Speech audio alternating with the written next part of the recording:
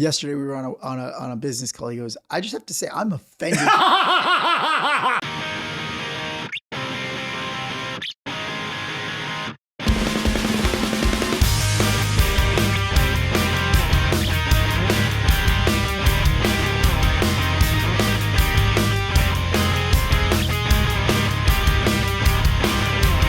Man of the year, man of the year, man of the year. Welcome to the #1 friendship podcast in the country. I'm Aaron Karo. I'm Matt Ritter. Remember to go to manoftheyearpodcast.com, get merch, which I'm wearing, and you could also watch videos of all of our podcasts for free.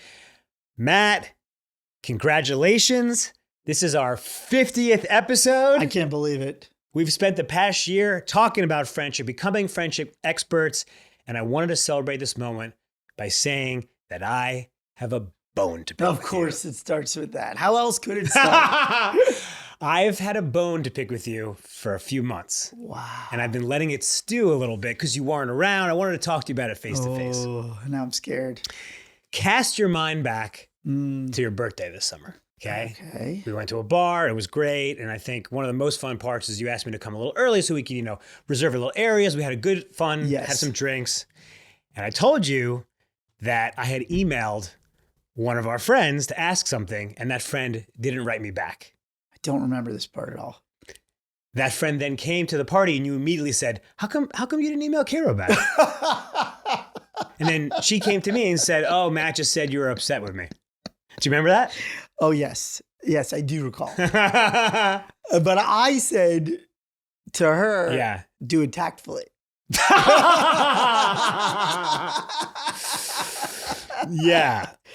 So there was a miscommunication. Right. What I was hoping for was like she would come over and it would be like smooth. Randomly? That I just told you 4 minutes? Work it in smoothly. I did not expect it to just be like, point blank. You told, this happened within 7 minutes of her. I told you, then she came to me 7 minutes later. Yeah, she didn't. Is that on me? Your heart was in the right place. Yeah. I said to somebody, I'm like, that was poor form, but it's his birthday. Yeah. I wanted to resolve it. I wanted it to be cool. I go, can you just be cool about it? Like, you apologize in a cool way. Like, don't make a big deal out of it. Yeah, but it totally backfired because then it became a big deal. But just goes to show we are friendship coaches, friendship experts, and we still don't know it all. Still long way to go. Fuck it up every once in a while. Well, because friendship is complex. It's not a static thing. Well, this was a pretty simple. Yeah, I screwed that one. Friendship fail. We're starting off by saying we're the experts, but really only Karo's the expert. Now, at the end of every episode, the past 50 episodes, we always say, what did we learn today? And I thought this being our 1-year anniversary, we should say, what did we learn this year? So good. So many things. Yeah. Do you want me to start? We could start. Yeah. So I was thinking about this. We have so many lessons, but I want to boil them down to our listeners, new listeners, old listeners, either way, if you're just tuning in for the first time or you've been with us for all 50. One of the things, I think a lot of them we knew, like show up. We know show up. We say that all the time. Show up. Show up for your friends in person or in other ways. But I actually think the one tip that if you were like, I just want one tip out of this podcast, I'd say your friends are not mind readers. Yeah. That's the one. And I don't think we even, we came to that. And I think if you keep that in mind in your intentionality about your friendships, you'll get so much further because then you won't be thinking that your friend is thinking a certain way about you or not thinking a certain way about you. Instead, you just go, can we talk? Let's communicate so you know where you stand with them. Right. So just to clarify, when we said that was so long ago, sometimes we think our friend is mad at us or they didn't call us for some reason. Karo thought I was mad at him when he was on his vacation and I was just trying to let him breathe. Honestly, you just were on another vacation. I was like, is he mad at me? Yeah. Just enjoying the Hamptons. Yeah. But yeah, so that kind of goes hand in hand with communication, which, it sounds very obvious because it also is with romantic relationships and family and boss communication. But a lot of our friendship beefs. Now, I knew that this wasn't a big beef that we had. I wasn't going to say anything then. I was going to say something the next week on the phone. Again, I wasn't mad at you. Yeah. I wasn't mad at you. I was just like, that wasn't cool. Ultimately, I was like, I just kind of let it go. Yeah. Well, that's a good one too. How about letting things go sometimes? You know? Sometimes. Sometimes. I mean, Yeah. I think that's the thing. You have to know when to let things go. Like friendship shouldn't be all about conflict, but it also shouldn't be all about avoiding conflict. Well, we've also talked about intentions. I Yeah. knew your intentions were good there. Yeah. If this is what Matt does all the time, but that was a very rare misstep, Yeah. so it was fine. I want to get a little bit more into sort of our year in review, but before we do that, I want to kind of go back to the beginning, which is that the podcast is based off of our friendship tradition with our friends from middle school every year on the Tuesday before Thanksgiving. So about a month from now, we gather with our best friends and we give out a trophy. And what the tradition is a ritual. It is a reoccurring ritual. And the reason we started the podcast is we wanted to encourage people out there to start their own rituals, because a lot of our listeners have friends, but they just don't see them. It's so great, because I would say for me, one of the most rewarding things about this pod isn't just building a fan base, having a community, is seeing them take action. Having people message us saying, I started a weekly poker game, or actually I'm building a trophy. I mean, that one's the best. Obviously, when you hear somebody go, I'm building a trophy, and then they ask you how big, you go, well, it can't be bigger than ours. Yeah, it's gotta be. It's gotta be 1 inch below, right? Like we have to create like a city ordinance. Yes. No trophy can be bigger than the Peter Luger's Man of the Year. Yeah, because Philadelphia had that for a while. Yeah. Yeah. People sent us some amazing pictures of trophies, of their trophies. Yeah. But also, I'm glad you brought up weekly poker game. It doesn't have to be an epic yearly. By the way, our thing's only yearly, so like we could even do better. Yep.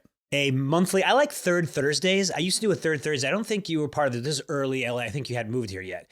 Neil and Canoe and a couple of those guys. Third Thursdays, we just get throwback names. Yeah, some names haven't been mentioned on the pod. But just to repeat, if you have significant others, they're aware. Mm-hmm. So there's no guesswork. Right. It's happening. Yes. It's happening. Putting it on the calendar. Yeah.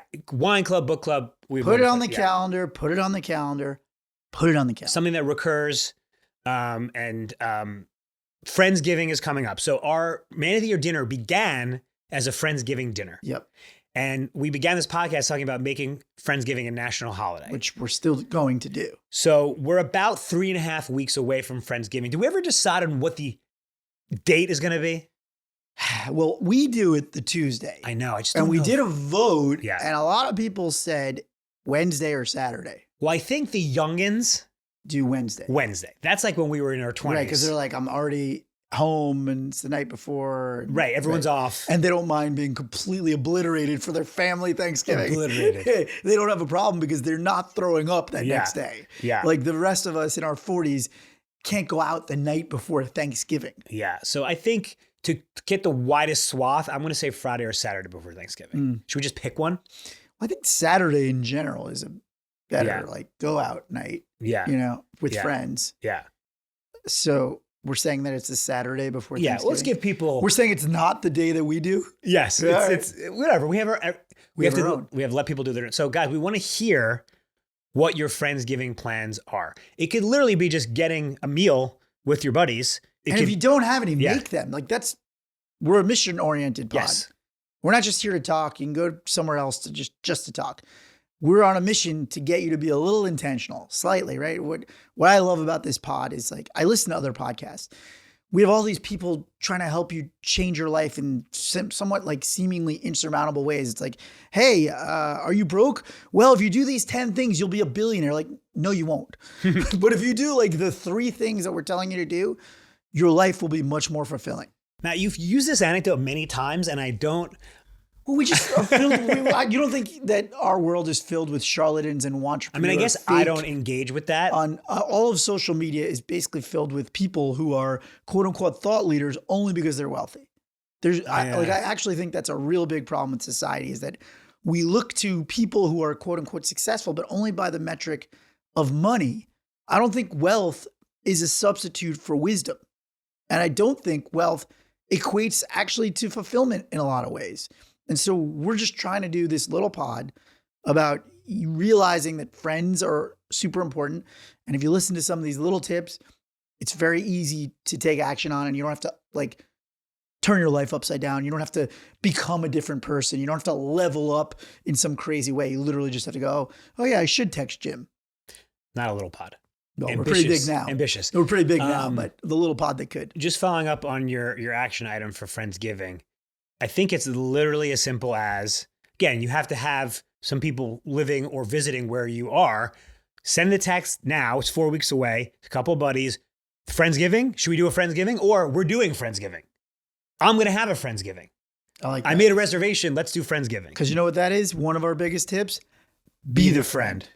That's a huge one. Be the friend, yeah. It's a huge one. I mean, so many people, again, it's like things you want to do in your life that like, oh, it requires a lot. This doesn't require much.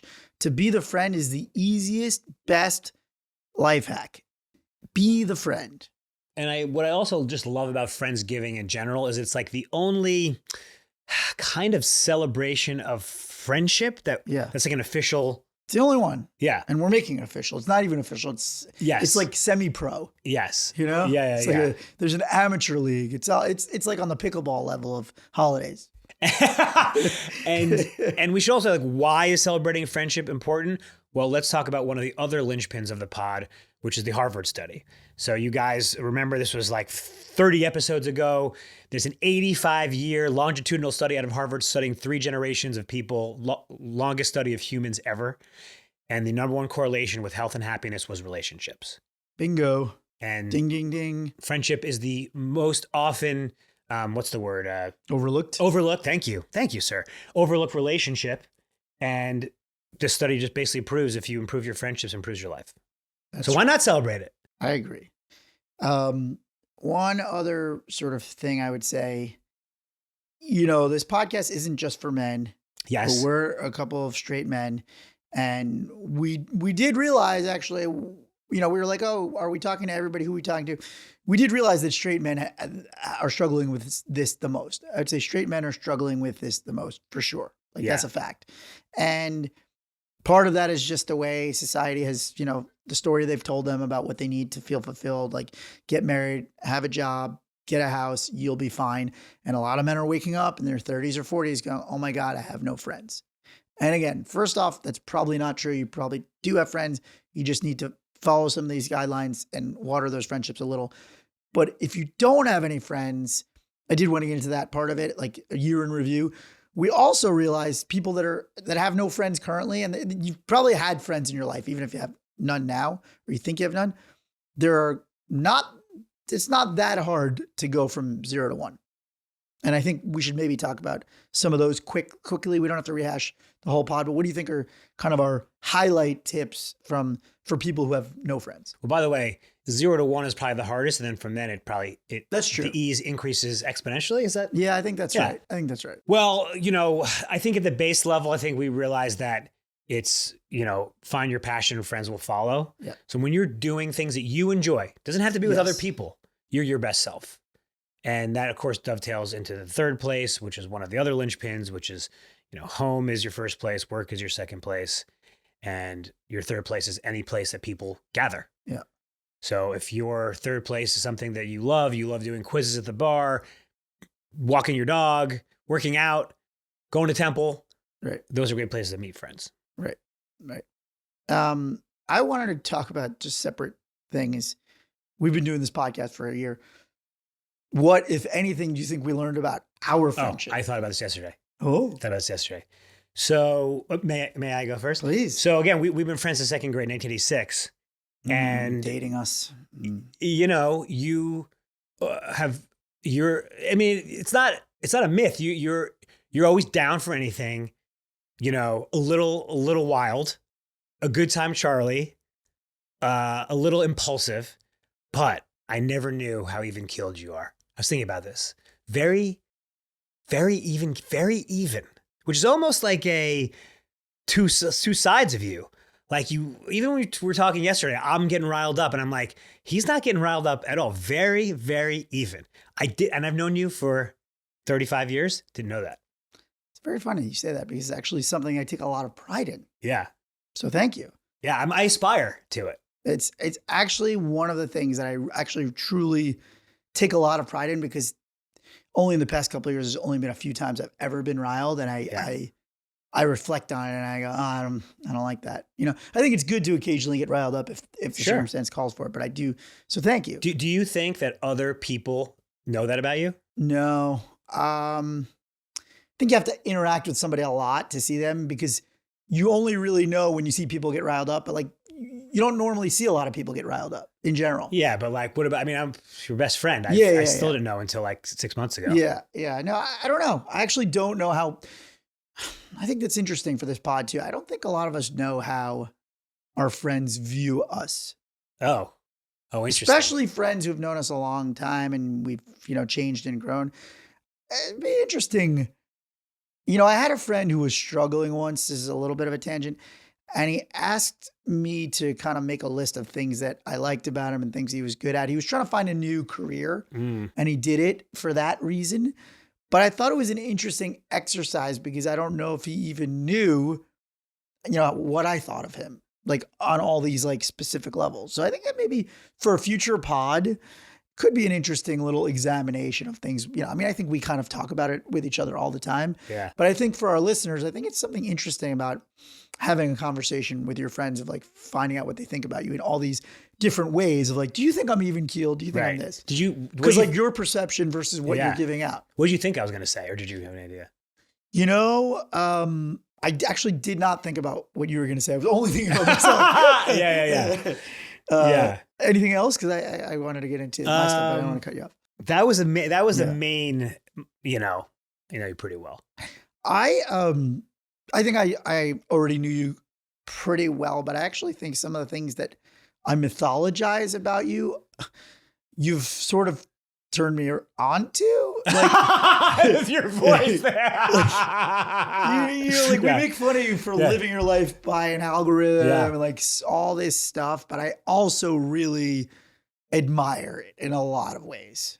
Like it just makes life better when it's organized. Like I think it's hard to argue because I've learned I was not a naturally organized person, not a naturally disciplined person, and I've become super disciplined. And you know this about career. And my career started thriving, and I think a lot of it was emulating your work ethic. Yeah.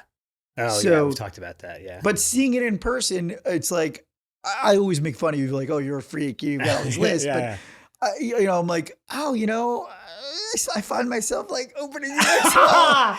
There is a method to the madness. I know. I find myself opening the Excel. That was the one thing. The other thing is, one thing that was sort of bothering me early on, or still like we worked through, when you work with somebody, you're going to have disagreements. Yeah. But I think I've come to realize, because I was like, oh, he's negative. He's poo-pooing, right? And I think that he's, you're a little more cynical than I am, whatever. Like we just have a different way that we carry ourselves in the world. But I, for a little while early on, I was like, man, I'm just like, we're like butting heads. But then I started actually enjoying it because if I can convince you of something, then I know that it's actually right. Otherwise, it's like, oh, am I just being stubborn? Like, because if a lot of times you just want people to agree with you. Yeah. And I think in friendship and relationships, we just want people to agree with us without even looking at their side of things. But I think if you start examining other people's side who come at things from a different perspective, it helps build your case or not, right? A lot of times I was like, oh, he's right. Or it's like, no, I need to actually understand why I believe that so I can convince him. So I think in friendship, especially when you're working with friends, but I think in friendship, not every disagreement is a fight. I don't think it's the same thing. I like that. We're still coining shit. Yeah. You know what's crazy though? I'm not like that with anybody else. Yeah. I don't know if it's because we're working together. And we are, but we have big things. So not to like brag, but we have a lot of big opportunities coming our way. And so we're not always on the same page about what to do about those things. I know, but like, I'm not like, we call it, I think I coined KPP, Karo poo-pooing, but I don't really do that with other people. So I don't know what it is. Cause you're so optimistic that I have to. I think that's right. It's too, because I also have what I would call irrational confidence. You do have irrational confidence. And that has driven me my whole life. Good. It's good. Yeah. But I also now have realized like not everybody thinks that's normal. And Yeah. you're like, you're crazy. Right. You know, when I'm Right. just like, hey, we're definitely doing like Yeah. I just wake up and I'm like, oh, we're definitely getting on the Today. Like we're definitely, you know, it's like sometimes when you say that stuff, I think I honestly thought to myself the other day, is he manifesting? Is he wishful thinking, or is he clinically insane? all of those things. Like, I don't All of know. them. Yeah. First of all, I invented manifesting. Honestly, that is something I will say in the past 5 years that I've totally seen, where you just like, you're just very vocal. See, I think I manifest internally. You tell your process is to vocalize it, which is a different process. The reason I do that is because I realized that there were a lot of cowardly inactions I wasn't taking. Right. And I forced myself to take them by telling people I was doing them because then people go, what's going on with that thing? Yeah. You know? Right. By the way, I love the term you coined. What did you call me? The velvet bulldozer. Yeah, it's good. That is good. Because you're charming but relentless. That is very good. But you know, look, I would say also I think just if we're talking about things that we've learned about each other. Not I always knew this about you, but I sort of it crystallized to me how important the role you play of filling me in and filling everybody else in on what's going on in our other friends' lives. Of all the roles you play, I like that one the most because I'm not always on top of all that. Yeah, So, you've brought that up a few times to your credit. I don't know, now we're just complimenting each other. Another thing that I didn't know about you, maybe nuanced, somewhere in the realm of nuanced, thoughtful. First of all, we said this before. When we started the podcast, I was like, I'm going to look great. Matt's fucking insane. And I think even in the first couple episodes, Matt's fucking insane. I'm pretty normal. And it's completely the opposite. I feel like gaslit insane because I'm so like, no, it's this way. And you're like, well, I think if it did, you're very thoughtful. And I'm like, am I crazy? No. Am I the crazy one? I think it's just, you're not just you. I think most people see me through the prism of the past. I'm a grown man married with a child. By the way, I had a child. Yes, that since changed. when we started. Yeah, like my whole life is completely different from where we started. I do feel this is God, it's like I do feel like you're a little better at being diplomatic, which is weird because in your emails you're not. No, I need to erase. I said, well, that's why I have the Karo email draft. Yes, the Karo email draft. Yes, is which is interesting. You're verbally you're very diplomatic. Yeah. Writing, you're not as diplomatic. Not a diss. I send hot emails. And emails where I feel like I can't be bothered. You know, even yesterday in our call, like I can't even put up any errors. I'm just like I feel like I'm like an old man. I love. Yesterday we were on a business call. He goes, I just have to say I'm offended. I didn't say that. By the way, I told Jesse I thought great tactic. I wasn't sure if it was a tactic. No, that's a thing. It wasn't. Oh, that's great. That's a thing. You had me fooled. Yeah, really? Yeah. Yeah. You go, I have to say, because you're like, I have to say, like, I'm actually offended by their offer. I was like, wow, he is offended. Oh, that's so funny. Yeah. That's so funny. So anyway, to wrap it up, we've learned a lot about each other as well, it's great. which is great. And look, I think we're still on track for this podcast to end our friendship. No. No? No. No. Other friendships, not our friendship. I like to. I was going to say that I'd say the best thing that ever happened in this whole year of podcasting was when Jesse and I found the gift that you got for Brenner, and then we opened it in the hospital, and it was the mini trophy. Yeah, that was the absolute best thing that happened. Great photo. Beautiful. It's in moment. my favorites. Yeah. I actually wanted to ask Theo. Theo's here. Just to set the table, we found our producer Theo online. Yeah. You know, was a perfect stranger 50 a year ago. Where did we find him, on Craigslist or some sort of Upwork? I thought it was like buy nothing. He goes, I thought we were buy nothing. He goes, experienced podcast producer. I'm doing air quotes. Guy didn't know us from fucking Adam. Yeah. Now I would argue probably knows us. Best friend, probably our best friend. Better than fucking, he knows. I'm just curious, I have, what have you learned about us? What have you learned about friendship? Yeah. This is the Theo moment. This is your moment. Do not blow this. All right, a lot of pressure. He's been typing, by the way. You guys are doing my whole origin story. I was like, oh my God, what are they going to say?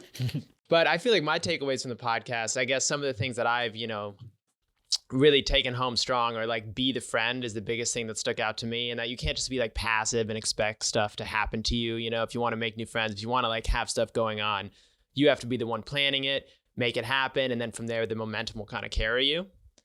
And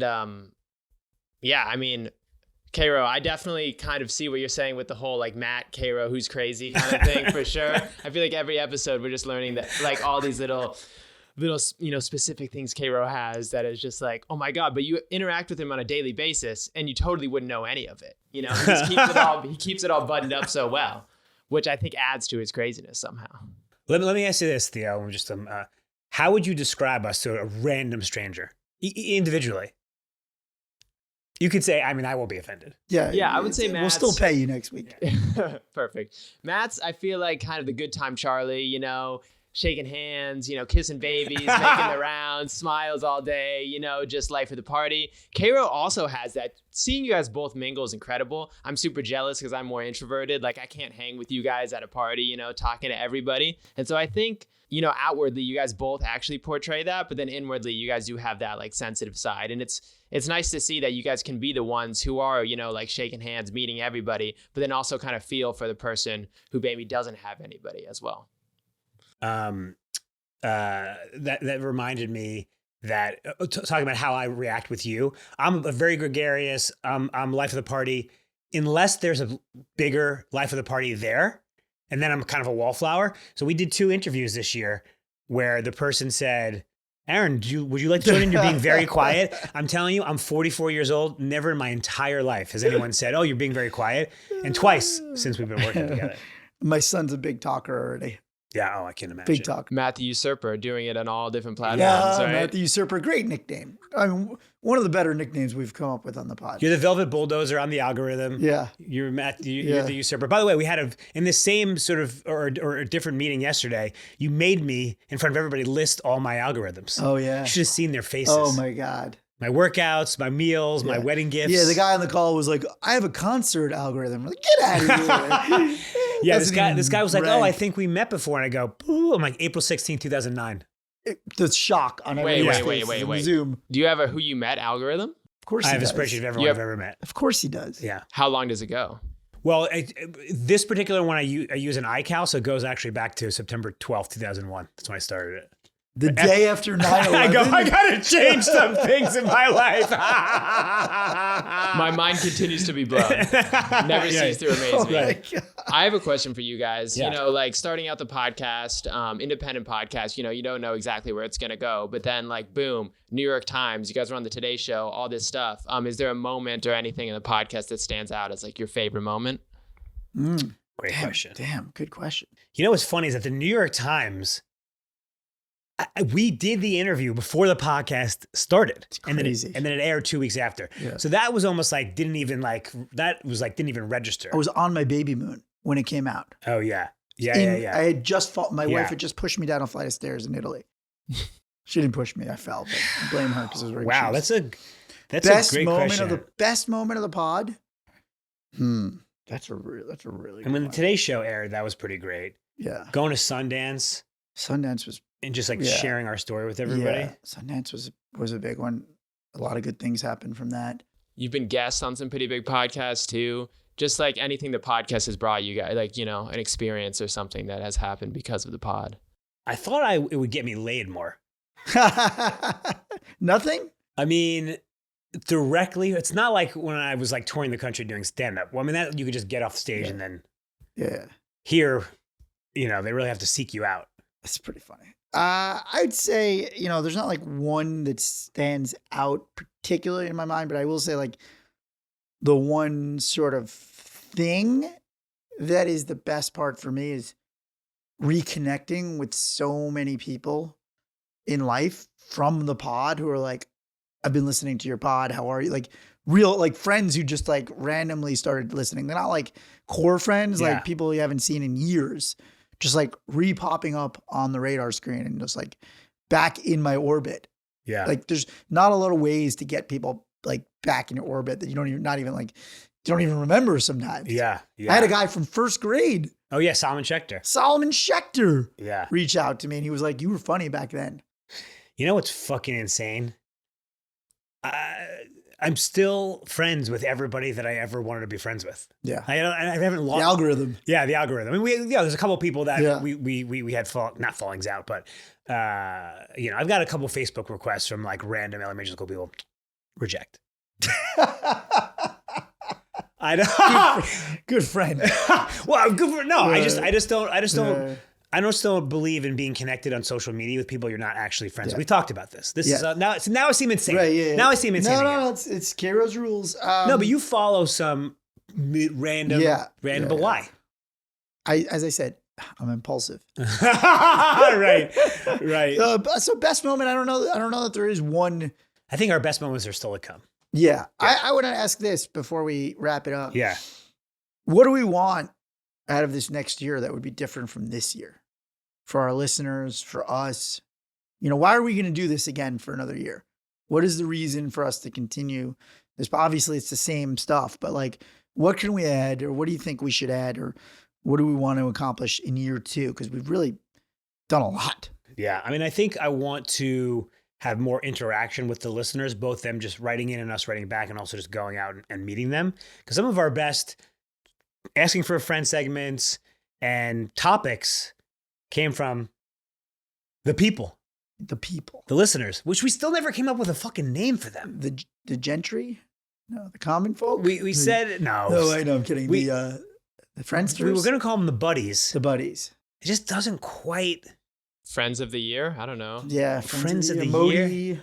But what was the one we were close? Buddies? Champs. Oh, champs. Champs? It just doesn't I really know. work. Hey, What's up, champs? What's up, champs? I don't know.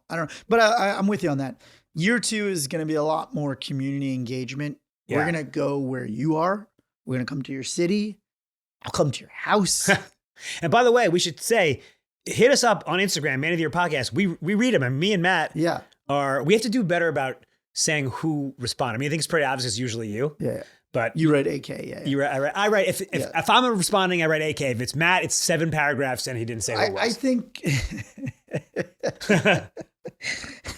guilty. Yeah, fine. Listen, we have different styles. No, Yeah. so I think year 2 for me, community engagement, but also I really want to see the results from the listeners. So a lot of times we get listener questions and all this stuff, and like I've chased down a few people to find out what happened. I want a lot more, like, tell us your progress. I want you keeping track. We did our social fitness score. I would like at the end of, maybe we should do it again early on in year 2. I'd like to, a year from now, check in, and I want to see higher scores. Yeah. So I also just wanted to recommend to people who are new to the podcast, they want to figure out where to start. Episode 12 is about the third place, which is like places to meet new people. Episode 19, Theo, is that right? 19? 10-step method. 19 is the 10-step method, which just honestly goes in excruciating detail. No, it's actually funny, of how I made a new friend. I think those are good places to start. Also, our YouTube is chronically underrated. We've got a lot of great clips that are, some of them are not even from the podcast. You can also watch all the podcasts for free. And that's youtube.com/Man of the Year Podcast. So I wanted to just give a shout out to some super fans. A lot of you guys have shown your love, but these are the ones that have really, really, really been engaged. So I wanted to give them some extra love. We've got Patricia. We've got Max. We've got Roger. We've got Albert. We got Mindy. We got Bale Designs. We've got Armando. And Fallon. Anybody else you want to? Well, then we should shout our friends who listen to every episode. Fireball, Adam, and Bombay Claire. Christina. Does anybody else listen to a lot? Katrina and Shane? I don't know who listens. J-Ups listens to every episode, I think. Jeff. I do want to give a shout out. Obviously, we wouldn't be here without our Plainview crew, our Luger's crew. We don't talk about them by name because they actually like to be private. Some of them. Yeah. So we don't like to, blow their cover, but a really great, amazing group of men that have helped us become the people we are. Yeah. And shout out to our families, of course. Anybody Karen, else? Kim, the whole crew. Shout out to Theo. Been putting Producer up with us. Theo, good find. Good find. He's a different generation. It's funny when you're with somebody with a different gen. He actually has a lot of wisdom just because he doesn't know anything about anything that's happened pre-95? 96. Yeah, born in 95, so I don't know anything pre-2005. Yeah. Really. But don't hold it against him. But we love playing that game of what doesn't Theo know about the 90s. And that's our year. Guys, thank you so much. We've got a whole new year of episodes coming. Remember, be good to yourself, be good to your friends. Love you, you, buddy. buddy.